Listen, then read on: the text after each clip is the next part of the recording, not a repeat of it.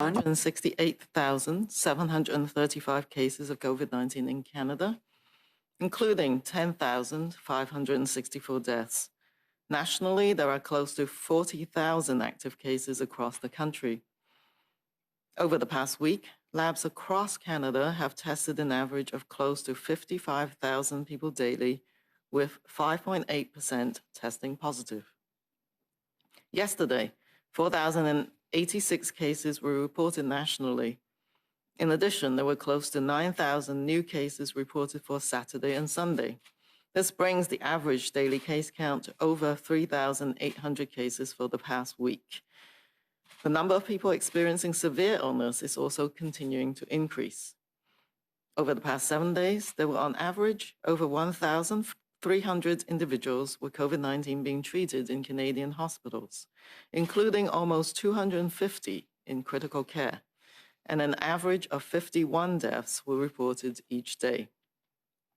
With the continued increase in daily cases, percentage of people testing positive, and still rising numbers of people being treated in hospitals across the country, it is clear we have yet to bend the curve on accelerated growth in Canada.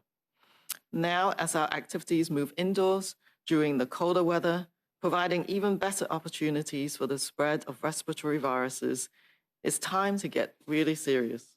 Going into this respiratory season, COVID-19 is already well ahead of us.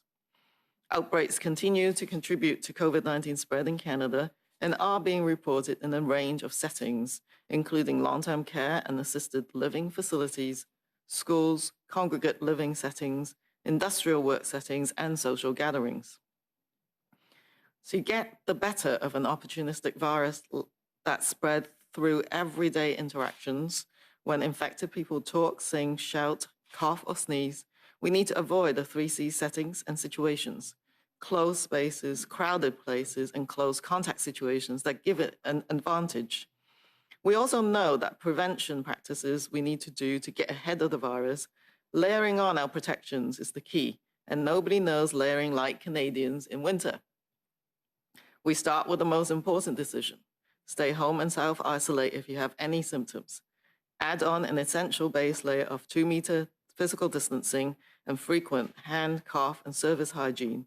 Finally, we top it off with a protective outer layer of a non-medical mask or face covering when in public or any indoor space where there are people from outside your immediate household.